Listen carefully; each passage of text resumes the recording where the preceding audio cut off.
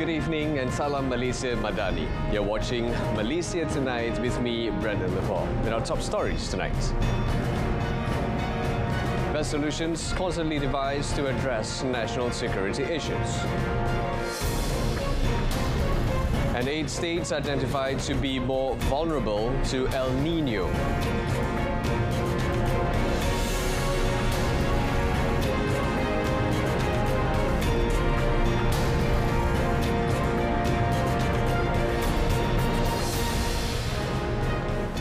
The government has agreed to channel a total of 3 million ringgit to the Malaysian Red Crescent MRC to encourage the association in their voluntary and humanitarian work and services.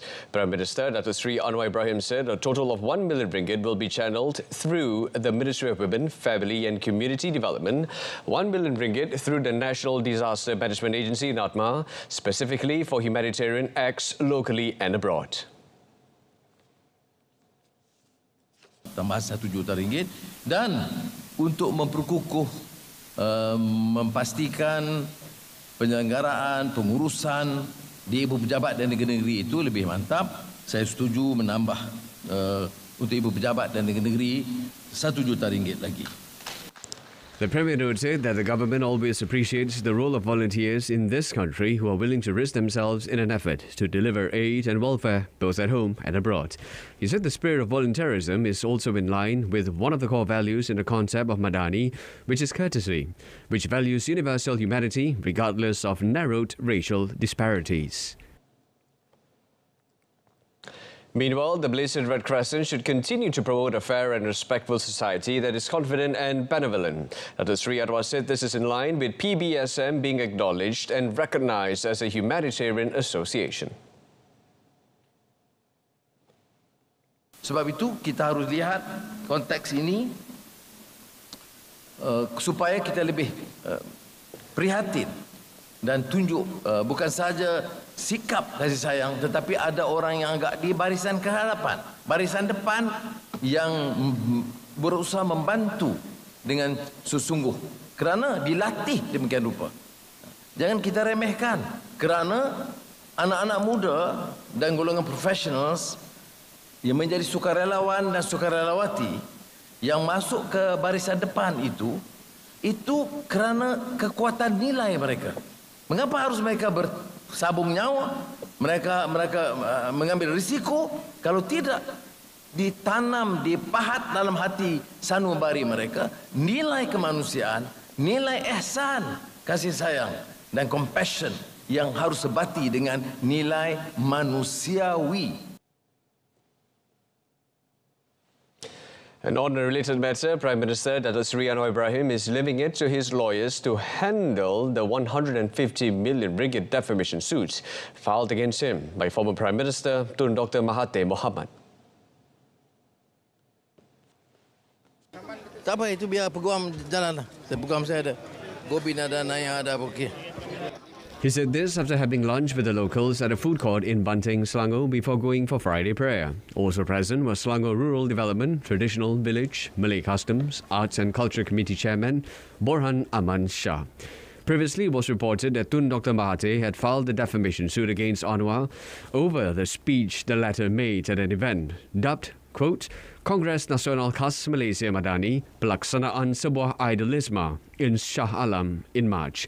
Tun Dr. Mahathir filed the suit through Messrs. Law Practice of Rafiq at the Shah Alam High Court on 3rd of May and named Datuk Seri Anwar as the sole defendant. The government is committed towards overcoming issues involving safety and security of the country and the rakyat. The Home Ministry is constantly devising the best solutions to manage the issues that have been plaguing the country for a long time. According to its Minister, Datuk Seri Saifuddin Nasution Ismail, the unity government is always giving full attention and focus to overcome the issues strategically. Elaborating further the matter, the Minister said matters pertaining to national security and safety of the rakyat remains a top priority, which also involves immigrations, foreign worker management, as well as any possible threat to national sovereignty at national borders. Previously, Datuk Seri Saifuddin, along with KDN Secretary-General Datuk Ruji Ubi, had briefed the Prime Minister on the matter. Malaysia should take advantage of the strategic geographical location of the country in order to develop and tap into the potential of a more competitive maritime industry. Transport Minister Anthony Loke Siew Fook said this includes enhancing efforts to make Malaysia a world-class bunkering hub that is attractive to international investors. Di mana ada 13 buah negeri. Setiap buah negeri dalam Persekutuan Malaysia ini ada perairan, ada pesisir pantai. Tak banyak negara yang macam ini, di mana setiap negeri dalam negara itu ada pesisir pantai. Jadi ini adalah satu anugerah Tuhan yang sangat bernilai dan berharga untuk negara kita.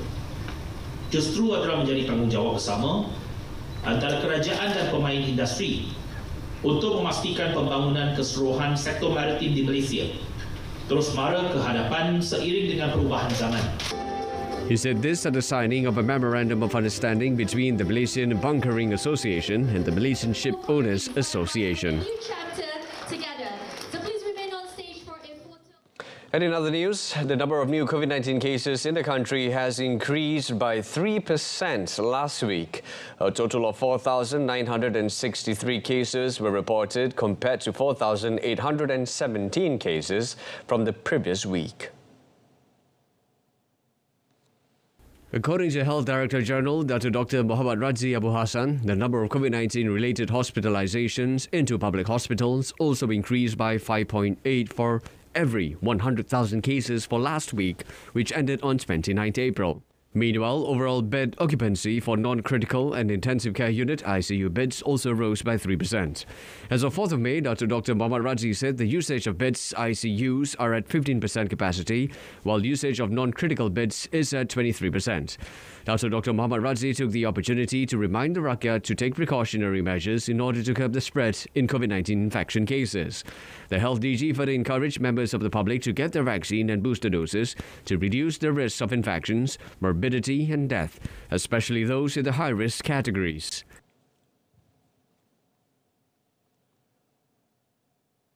Eight states in Malaysia have been identified to be more vulnerable to the El Niño phenomenon. They are Perlis, Kedah, Perak, Selangor, Melaka, Negeri Sembilan, Pahang and Johor. The states were listed by the National Water Services Commission, SPAN, based on previous experiences during the El Niño phenomena, which struck in 2015 to 2016. As such, SPAN urged all water service operators in the country to come up with a preparation plan by dispatching water tankers to areas expected to face water supply disruptions in hot and dry spell.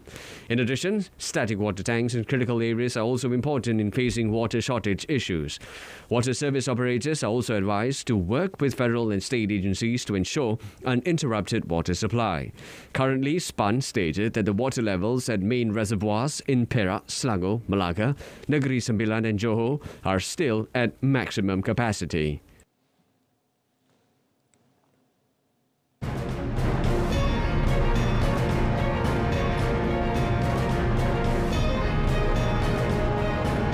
Coming up next, Mitra announces numerous initiatives to help B40 Indians. Stay with us.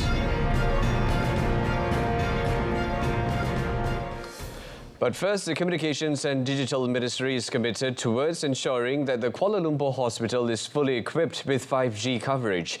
Now, this is vital to ensure the highest quality of health service can be provided to the rakyat. Minister Fahmi Fadzil said discussions have been made with Health Minister Dr. Zaliha Mustafa regarding the internet connectivity issues faced by some government hospitals, including HKL. Fahmi also urged Digital Nasional Berhad to continue the discussions to identify locations that can be equipped with communication towers or 5G apparatus. He said this is important not only to fully complete 4G coverage at the hospital, but also to study what can be done to implement 5G services. 5G connectivity in HKL can be done quickly if issues related to the facility are resolved as soon as possible, with the involvement of all relevant parties. The supply of sugar in Kelantan has been up to 98% restored. Kelantan Domestic Trade and Cost of Living Ministry KVDN Director Azman Ismail said this came after 280 premises received a supply of sugar from 6 leading wholesalers. On the whole, inspection and monitoring conducted by Kelantan KBDN Task Force in Ops Manis 2023 found that as of today, selected major supermarkets, including all branches of Maidin, have received 71,040 kilograms of sugar. Supplies have been obtained with distribution centres such as EconSave, Aeon Mall, Giant and Lotus, still having sufficient supply but are unable to meet local demand and are waiting for delivery. Asman said 34 premises were inspected in Ops Manis and found supply had been replenished in most premises and there was no panic buying by consumers or hoarding detected in the campaign. At the same time, Asman said so far KBDN had received 17 complaints involving 9 on no sugar supply, 3 on refusal to sell, hiding supplies, and 3 complaints on high prices. The Malaysian Indian Transformation Unit Mitra has allocated 20 million ringgit for its bachelor's degree tuition assistance subsidy program for B40 Indian students in public universities. Mitra Special Task Force Committee Chairman Dato' Ramadan Ramakrishnan said the aid was specially for 10,000 second to fourth year students. Tarik buka permohonan ini yang dibuat online di dalam laman web Mitra www.mitra.gov.my bermula daripada 8 Mei 2023 pukul 2 petang dan tutup adalah September 15 2023 pukul 2 petang. Jadi saya haraplah pelajar-pelajar, mahasiswa-mahasiswi yang ada mengambillah peluang ini untuk berdaftar. Those eligible would also receive a one-off 2,000 ringgit subsidy aid before the start of the new semester in September-October. The aid subsidy will be deposited into the bank's Simpanan Nasional account of those who qualify. He also announced the early education subsidy program for Tamil private kindergartens registered with the Education Ministry, involving an allocation of 10.89 million ringgit. In addition, 8.64 million ringgit has been allocated under its dialysis aid subsidy program for 900 chronic kidney disease patients to cover the cost of one session per week for a year. 23 Malaysian Anti-Corruption Commission MACC personnel have been subject to disciplinary action, including dismissal for misconduct from 2020 to 2022. MACC Complaints Committee Chairman Dato' Dr. Azariah Mio Shaharudin said among the offences committed included negligence, absenteeism and engaging in criminal activities. Elaborating further the matter, Dr. Azariah said that of the total number, 10 personnel were dismissed for being involved in criminal activities and that a majority of those subjected to disciplinary action were personnel who had been in office for less than 10 years. She said although the number of disciplinary actions is low, at 0.3% of 2,800 personnel, it should not be taken lightly as the community has high expectations of MACC. According to her, the committee, which is one of the 5 independent committees established by the MACC Act 2009, is responsible for monitoring the manner in which MACC handles non-criminal complaints against its personnel. In addition, the committee also acts to identify weaknesses in work procedures and matters related to complaints and suggestions for improvement. She added that MACC has drawn the MACC Anti-Corruption Plan 2021 to 2025 and MACC Code of Ethics and Conduct, as well as the implementation of integrity strengthening programs, including establishing the Internal Affairs Division last year to investigate cases involving personnel under the MACC Act 2009. The administrative structure of the Customs, Immigration and Quarantine CIQ complex at the Sultan Iskandar Building BSI and the CIQ at the Sultan Abu Bakar complex KSAB in Iskandar Putri is among the matters being discussed. Now, this is part of efforts to improve the level of services at land entry and exit points in the state. Menteri Besar Dato' Wan Hafiz Ghazi said discussions with the Immigration Department also raised the issue of examining the addition of X-ray scanners for bus passengers and a more efficient management system, as well as the addition of passenger buses and the enforcement of bus routes. He also informed that he received a courtesy call from the Immigration Director General, Datuk Ruslin Juso, and expressed gratitude for his commitment and that of the Home Ministry, KDN, to continue to improve the level of services. In a Facebook post, Datuk Onn Hafiz said, the state government is always ready to cooperate with the federal government to ensure the smooth operation of the country's borders. This is to ensure the well-being of the people and travellers and to improve the image of Johor and Malaysia in the eyes of the world.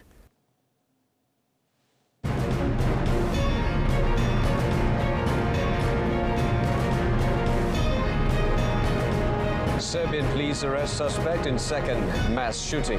That and more coming up in our front segment. Stay tuned.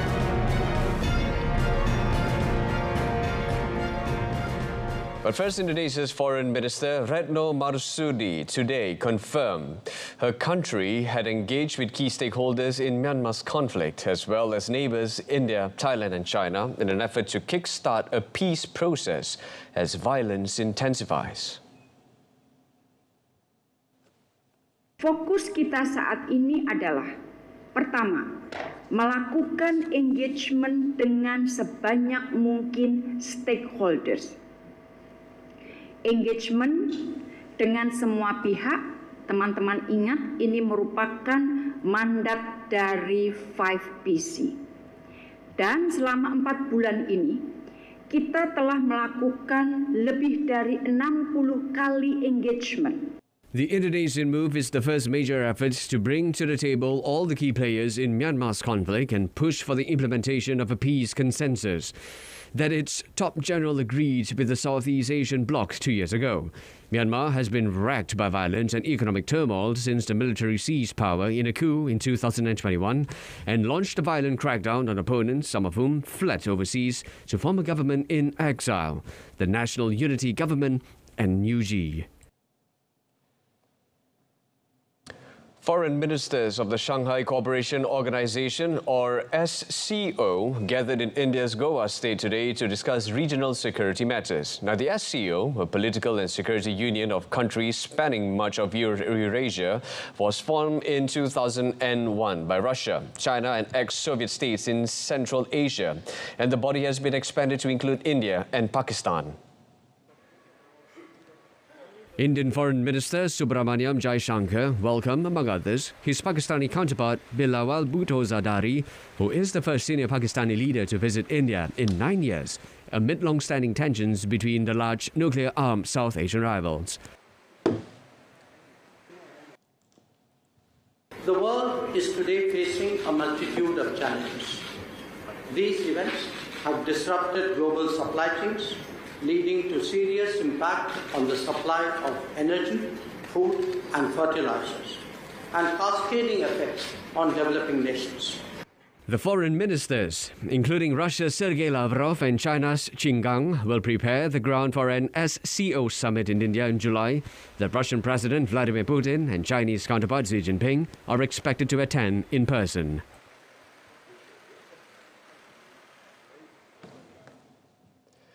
Serbian police arrested a gunman suspected of killing 8 people and wounding 14 others in a village near Belgrade in the second mass shooting in the country this week.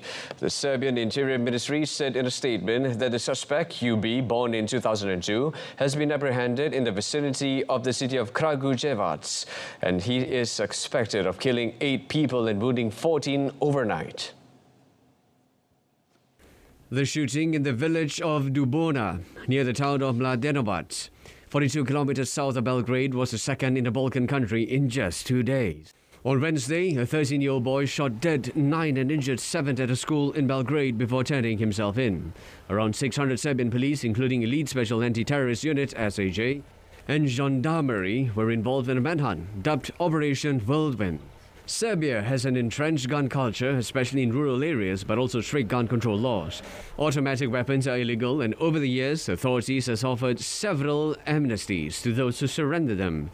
After the school shooting in Belgrade, the Serbian government introduced a 2-year ban on the issuing of new gun permits, a revision of existing permits, and checks on how gun owners store their arms.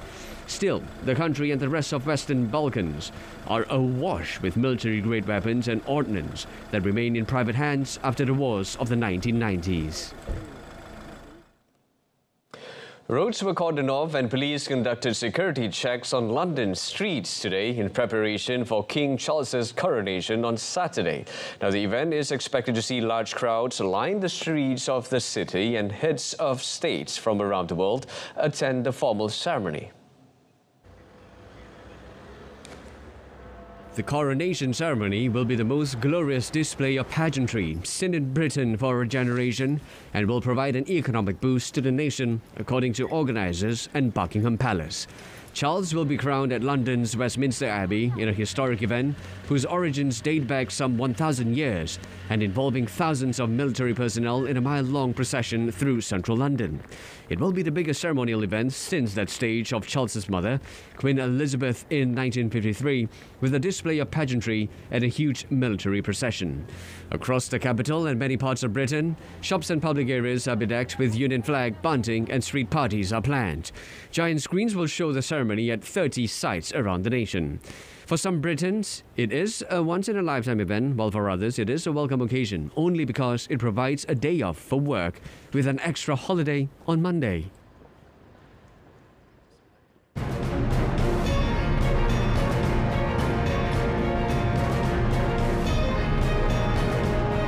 And in sports, F1 drivers mix it up with NFL ahead of Miami Grand Prix.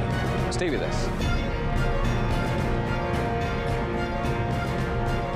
With Formula One drivers facing off at the Miami Grand Prix at the home stadium of the NFL's Miami Dolphins, the Florida Panthers making a surprising Stanley Cup playoff run, and Miami Heat facing the New York Knicks in the NBA, so there is no shortage of sporting buzz this week in South Florida.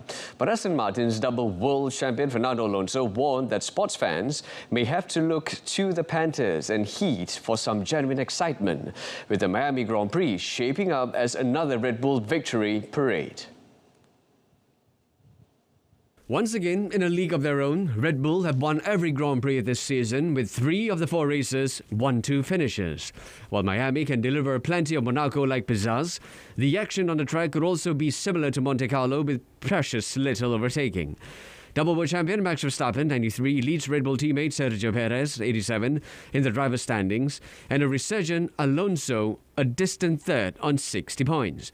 The other ace, Alonso and teammate Lance Stroll, might have up their sleeves is tyre degradation, which the Aston Martins have mastered and may be a major factor in the weekend heat. But Red Bull's early season dominance has removed some of the shine, particularly in the US, with critics labelling the first 4 races as boring. Mercedes 7-times world champion Lewis Hamilton meanwhile said he understands fans' frustration over the lack of action, but that it is not his job to convince them to watch. And on to cycling, Remco Evenepoel and Primož Roglič will lock horns again in this year's first Grand Tour, when the Giro d'Italia begins on Saturday, with cycling fans anticipating a renewal of the battle that was sadly interrupted at last year's Vuelta a España.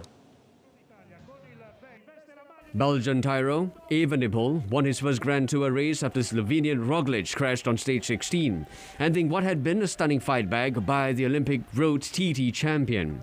They will start as leading favourites for the Maglia Rosa in the 106 Giro, a 3-week haul that starts at Fossa Chessia Marina on Italy's Adriatic seacoast, covers 3,489 kilometers, climbs 51,000 meters, includes 5 brutal mountain stages.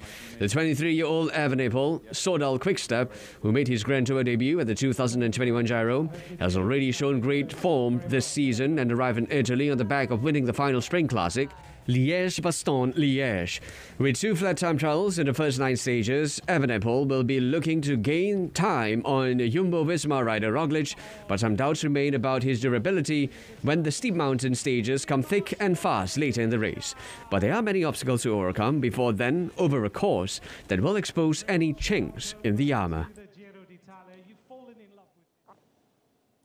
In European football news, Napoli won their first Italian Serie A title in 33 years, clinching the Scudetto on Thursday with a 1-1 draw at Udinese. The title is Napoli's 3rd in Italy's top division and their first since the legendary Argentine player Diego Maradona led them to championships in 1987 and 1990. Needing only a draw to take an unsaleable 16-point lead with 5 games remaining, Serie A's top scorer Victor Osimhen equalised for Napoli in the 52nd minute to spark wild celebrations throughout Naples. Napoli could have sealed the title at home on Sunday but conceded a late equaliser to Salernitana to extend the wait 4 more days.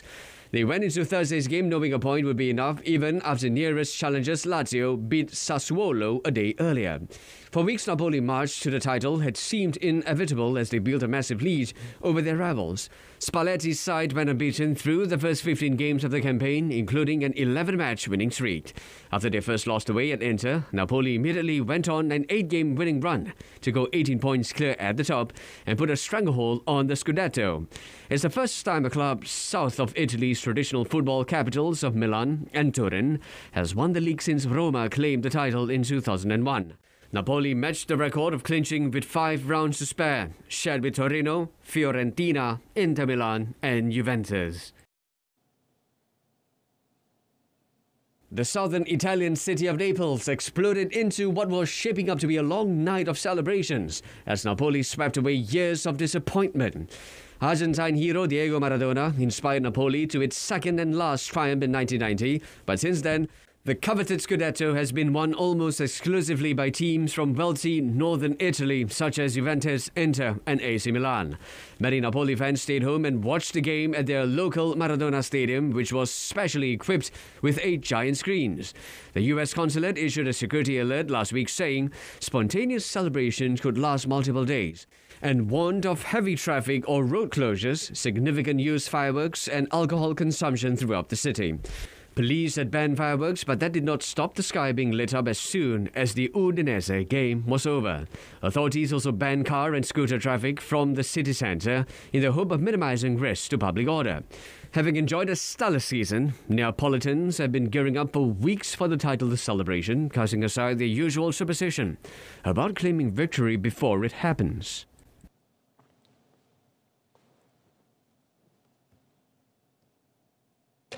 And that wraps up Malaysia Tonight. A reminder of our top story: best solutions constantly devised to address national security issues. Till then, I'm Brenda Paul. Stay tuned to Saluran Berita RTM and have a pleasant evening.